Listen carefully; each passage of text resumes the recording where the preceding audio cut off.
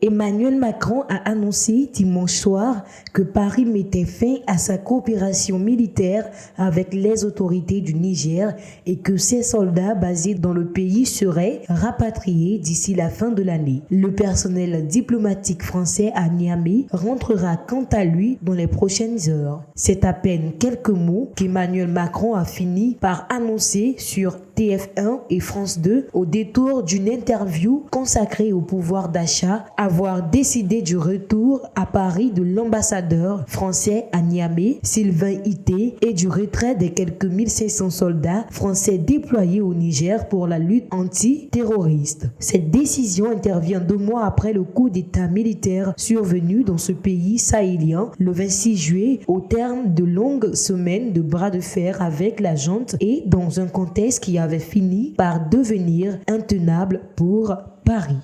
Et donc, la France a décidé de ramener son ambassadeur. Et donc, dans les prochaines heures, notre ambassadeur, avec plusieurs diplomates, rentreront en France. Et nous mettons fin à notre coopération militaire avec les autorités de fait du Niger, car elles ne veulent plus lutter contre le terrorisme. C'est donc la fin de la présence française militaire au Niger. Elle sera organisée dans le temps, dans les semaines à venir, mais c'est la fin de cette coopération. Parce que nous ne sommes pas là pour participer à la vie politique, pour être les otages en quelque sorte de putschistes. Mais je vais être très clair. On le voit déjà aujourd'hui au Mali. Quand ils vont rentrer de manière ordonnée dans les semaines et les mois qui viennent.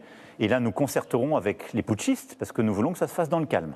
Mais d'ici la fin de l'année. Mais d'ici la fin de l'année.